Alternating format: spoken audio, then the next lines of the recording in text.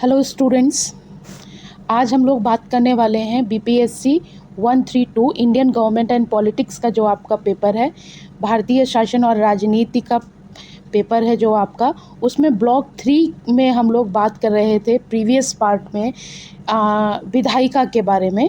हम लोग इंस्टीट्यूशंस का स्टडी कर रहे थे और इंस्टीट्यूशन में जो पहली इंस्टीट्यूशन है वो थी विधायिका, जिसमें हम लोगों ने जो विधायिका होती है, संसदीय व्यवस्था में विधायिका होती है, उसका संगठन पढ़ा था। और आज पार्ट 2 में हम लोग जो बात करने वाले हैं वो बात करेंगे आज हम लोग प्रिसाइडिंग ऑफिसर्स की। राइट, इनको पीठासीन अधिकारी भी कहा जाता है हिंदी भाषा में। अगर आप कहेंगे तो इनको हम क्या कहते हैं, पीठासीन अधिकारी होते हैं। पीठासीन अधिकारियों की अगर आप बात करें तो संसद के 2 सदन होते हैं। ये मैंने आप लोगों को प्रीवियस वीडियो में भी पढ़ाया है कि लोकसभा और राज्यसभा जो है वो 2 हाउसेस होते हैं, और इन 2 हाउसेस की जो कार्रवाई चलती है उसको देखने के लिए, उसको नियंत्रित करने के लिए हमको पीठासीन अधिकारी की ज़रूरत पड़ती है, प्रिसाइडिंग ऑफिसर की ज़रूरत पड़ती है। अगर आप लोकसभा में देखेंगे तो ये जो पीठासीन अधिकारी की हैसियत है वो किसको हासिल है, लोकसभा के स्पीकर को हासिल है। लोकसभा का जो स्पीकर होता है मूल रूप से वो प्रिसाइडिंग ऑफिसर होता है, जो संसद की पूरी कार्रवाई को चलाता है। पीठासीन जो अधिकारी होते हैं, जो लोकसभा के स्पीकर होते हैं, उनकी सहायता के लिए एक डिप्टी स्पीकर भी अपॉइंट किए जाते हैं, जो कि स्पीकर की एब्सेंस में काम करते हैं। अगर आप राज्यसभा का यहाँ पर उदाहरण लेंगे तो राज्यसभा के जो प्रिसाइडिंग ऑफिसर होते हैं उनको हम चेयरपर्सन कहते हैं। राइट, और चेयरपर्सन को असिस्ट करने के लिए डिप्टी चेयरपर्सन की नियुक्ति की जाती है। अगर चेयरपर्सन अपने एब्सेंट होते हैं या ऑफिस में नहीं होते हैं तो उस कंडीशन में डिप्टी चेयरपर्सन को उनकी रिस्पॉन्सिबिलिटी जो है वो बियर करनी होती है, उनकी रिस्पॉन्सिबिलिटी परफॉर्म करनी होती है। आप लोगों को मैं बताती चलूँ कि आप लोगों का ये सेक्शन जो है वो इसलिए इम्पोर्टेंट है क्योंकि आप लोगों से एग्ज़ाम में यह सवाल पूछा जा सकता है कि लोकसभा का जो स्पीकर होते हैं उनकी कार्य और शक्तियां क्या हैं। मैं आप लोगों को बता रही हूँ क्वेश्चन, आप लोग इसको लिखकर कहीं रख सकते हैं कि लोकसभा का जो स्पीकर होता है उसकी कार्य और शक्तियां क्या होती हैं। शॉर्ट नोट के रूप में आप लोगों से ये पूछा जा सकता है, इसलिए इसको ध्यान से आप पढ़ लीजिए। तो सबसे पहली चीज़ आपको क्या ध्यान में रखना है कि जो लोकसभा के स्पीकर होते हैं उनकी स्थिति काफ़ी हद तक वैसी ही होती है जैसे कि ब्रिटेन में हाउस ऑफ कॉमन्स में स्पीकर की होती है। राइट, अगर आप देखेंगे तो जो स्पीकर है उसकी जो पोजीशन होती है संसद के अंदर, अगर आप उनकी स्थिति देखेंगे तो बहुत ही डिग्निफाइड उनकी स्थिति होती है, बहुत ही सम्मानजनक पद है और उनके पास काफ़ी सारी अथॉरिटी भी होती है। राइट, यहाँ पर आपको क्या ध्यान रखना है कि एक बार जब कोई व्यक्ति जो है वो लोकसभा के स्पीकर के रूप में चयनित हो जाता है या वो वहाँ पर अपॉइंट हो जाते हैं तो वो उसके बाद किसी भी दल के साथ कोई संबंध नहीं रखते हैं, और ऐसा इसलिए किया जाता है ताकि वो संसद की कार्यवाही को निष्पक्ष रूप से कर सकें, किसी भी राजनीतिक दल का उनके ऊपर प्रभाव ना हो, वो निष्पक्ष तरीके से अपना काम कर सकें, ऐसा है उनको, इसलिए ये उनको राइट दिया जाता है। राइट, यहाँ पर अगर आप देखेंगे तो उनको कई सारे प्रिविलेज, जो मेंबर ऑफ पार्लियामेंट हैं उनके अधिकारों की वो रक्षा करते हैं। जो मेंबर ऑफ पार्लियामेंट्स को जो प्रिविलेजेस मिले हुए हैं, विशेषाधिकार मिले हुए हैं, राइट्स मिले हुए हैं, उसके वो गार्जियन के रूप में काम करते आपको दिखाई देते हैं। राइट, अगर आप लोकसभा के स्पीकर का रोल देखेंगे तो आप लोगों को ये इस सेक्शन के अंदर लोकसभा के स्पीकर की पूरी आप लोगों को जो आपका आंसर है इस क्वेश्चन का कि लोकसभा के अध्यक्ष के क्या कार्य होते हैं वो आपको देखने को मिलेगा। अगर आप लोकसभा के स्पीकर को देखेंगे तो सबसे पहला काम उनका क्या होता है, to ensure orderly and efficient conduct of the proceeding of the house. उनका पहला काम ये होता है कि सदन की जो कार्यवाही है वो कुशल तरीके से चले, व्यवस्थित तरीके से चले। ही और she conduct the proceeding of the house. जो लोकसभा है उसकी जो प्रोसीडिंग्स चलती है उसको सुचारू रूप से चलाना उनका काम होता है। सदन के अंदर ऑर्डर मेंटेन रहे, व्यवस्था मेंटेन रहे, सदन की जो गरिमा है, डिकोरम है वो मेंटेन रहे, सभी सदस्य सही तरीके से सदन के अंदर अपनी बात को रखें, जो उसका कोड ऑफ कंडक्ट है उसको फॉलो करें, राइट। इसके साथ साथ अगर आप देखें तो डिसाइड पॉइंट्स ऑफ ऑर्डर, संसद के अंदर किन चीज़ों पर चर्चा होनी है, उसका क्या ऑर्डर होगा, ये भी वो डिसाइड करते हैं। इसके साथ साथ अगर आप देखेंगे तो interprets and applies rule of the house. हर सदन, लोकसभा जब होती है या कोई भी सदन होता है उसके अपने रूल एंड रेगुलेशंस होते हैं। उन रूल एंड रेगुलेशंस को डिसाइड करने का, उसका इंटरप्रिटेशन करने का, उनका एप्लीकेशन करने का जो राइट होता है वो लोकसभा स्पीकर के पास होता है। और इस मामले में अगर आप देखेंगे तो लोकसभा के स्पीकर का जो फैसला होता है लगभग वो अंतिम होता है, राइट। अगर आप देखेंगे तो एक और महत्वपूर्ण रोल जो है वो लोकसभा के स्पीकर निभाते हैं। लोकसभा का स्पीकर ही ये तय करता है कि कोई भी बिल मनी बिल है या नहीं है, राइट। और इसके साथ साथ बहुत महत्वपूर्ण बात है ये कि लोकसभा का स्पीकर ये सर्टिफाई करता है कि कोई भी बिल मनी बिल है या नहीं है, राइट। इसके साथ साथ आप उनका अगला काम देखेंगे, ही और she also authenticates that the house has passed the bill before it presented to the other house. Lok Sabha के अंदर अगर कोई बिल आता है तो जो संसद के स्पीकर होते हैं, लोकसभा स्पीकर होते हैं, वही इस बात की ऑथेंसिटी देते हैं कि ये बिल जो है वो लोकसभा से पास हो गया है, राइट। और ये इस सदन से पास हो गया है इसलिए ये दूसरे सदन में प्रस्तुत किया जा सकता है या फिर राष्ट्रपति की सहमति के लिए भेजा जा सकता है। अब आप लोग ये कहेंगे कि लोकसभा में कोई बिल आया, वो पास हो गया, फिर इसके बाद प्रेसिडेंट के पास अलग से भेजना है या दूसरे सदन में भेजना है, ये कन्फ्यूज़न क्यों है?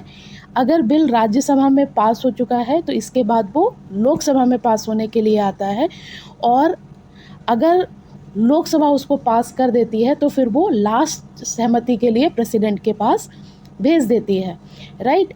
और अगर कोई भी विधेयक जो है वो लोकसभा में इनिशिएट होता है तो लोकसभा में पास होने के बाद उसको अगले सदन में यानी कि राज्यसभा में भेजना पड़ता है, राइट। तो इस पॉइंट को अपने माइंड में क्लियर रखिएगा। इसके बाद नेक्स्ट काम जो है वो स्पीकर का क्या है? The speaker in the consultation with the leader of house determine the order of business. पूरे दिन जब संसद की कार्रवाई चलती है तो उसमें पहले से ये डिसाइड होता है कि आज किन किन विषयों पर चर्चा होगी। ये सारी चीज़ें जो हैं वो लोकसभा का जो स्पीकर है वो लीडर ऑफ द हाउस के साथ बात करके इन सारी चीज़ों को तय कर लेता है। और लोकसभा का स्पीकर ही के पास ही ये राइट होता है कि वो डिसाइड करें कि कौन सा प्रश्न पूछा जाएगा, कौन से प्रश्न एक्सेप्ट किए जाएंगे, कौन सा मोशन आएगा, कौन सा रेजोल्यूशन आएगा, ये सब स्पीकर डिसाइड करते हैं। दूसरी चीज़ इम्पॉर्टेंट आपको बता रही हूँ, जो लोकसभा के स्पीकर होते हैं, पहली बात तो वो अगर कभी वोट करने की बात आती है लोकसभा के अंदर तो वो पहले ही प्रथम दृष्टया तो वो वोट करते नहीं हैं, लेकिन अगर टाई की सिचुएशन पैदा हो जाती है, दोनों पक्षों को समान वोट मिलते हैं, उस केस में वो अपना वोट कास्ट कर सकते हैं, राइट। इसके साथ साथ अगर आप देखेंगे तो लोकसभा के स्पीकर जो होते हैं वो क्या करते हैं? Appoint the chairpersons of all committees of the house. संसद की जितनी भी कमेटीज़ होती हैं उनके चेयरमैन का जो अपॉइंटमेंट है वो लोकसभा का स्पीकर ही करते हैं।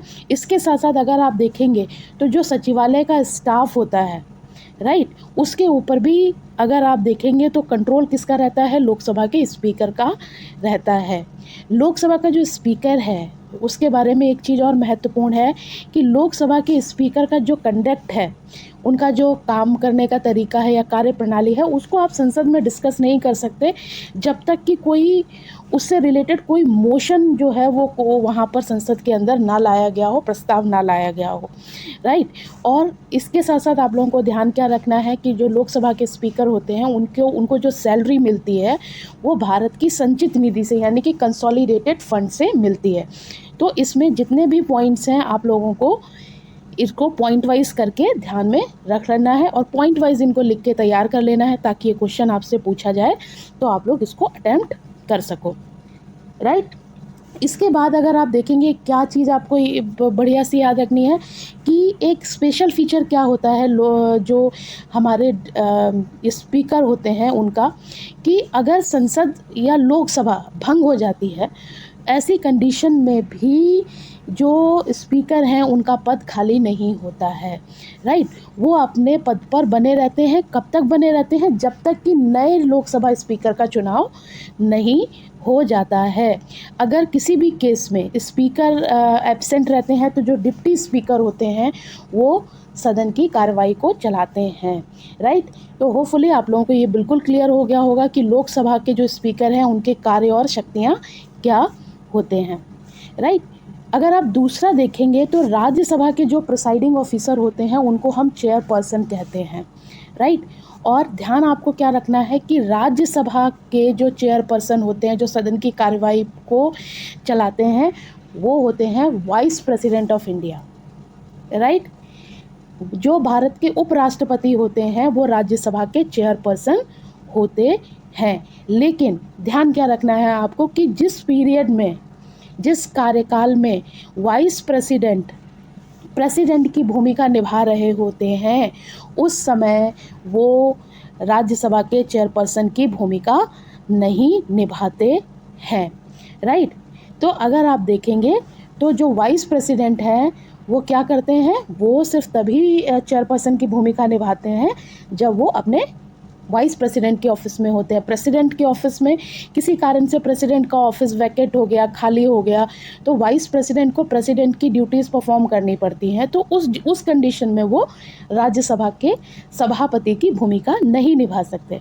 अगर आप वाइस प्रेसिडेंट का चुनाव देखेंगे तो आपको पता चलेगा कि दोनों सदनों की जो संयुक्त रूप से जो मेंबर्स होते हैं वो मिलकर उपराष्ट्रपति का चुनाव करते हैं। और किस पद्धति से करते हैं? प्रोपोर्शनल रिप्रेजेंटेशन पद्धति अपनाई जाती है और सिंगल ट्रांसफरेबल वोट सिस्टम जो है वो अडॉप्ट किया जाता है वाइस प्रेसिडेंट के इलेक्शन में। वाइस प्रेसिडेंट जो होते हैं वहाँ पर वो ना तो लोकसभा के मेंबर होते हैं, ना राज्यसभा के मेंबर होते हैं, ना ही वो राज्य विधानसभा के मेंबर होते हैं। और अगर आप देखेंगे तो उनका कार्यकाल कितना होता है? वाइस प्रेसिडेंट का जो ऑफिस का कार्यकाल होता है वो 5 साल का होता है। जब वो अपने ऑफिस में एंटर करते हैं तब से लेकर 5 साल तक। वो पोस्ट खाली कैसे हो सकती है? या तो वो रिज़ाइन कर दें या फिर उनको अपने पद से या ऑफिस से रिमूव कर दिया जाए, हटा दिया जाए, राइट।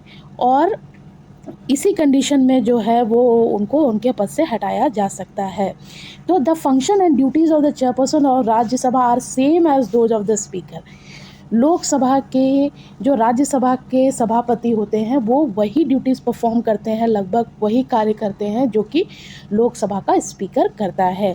तो पावर पॉइंट में आप लोगों को क्या याद रखना है? लोकसभा का पीठासीन अधिकारी कौन होता है? स्पीकर होता है। राज्यसभा का सभापति होते हैं पीठासीन अधिकारी, राइट। दोनों की क्या क्या ड्यूटीज़ होती हैं ये मैंने आप लोगों को समझा दिया है। तो आप लोग इसको पॉइंट वाइज करके तैयार करके रख लीजिएगा।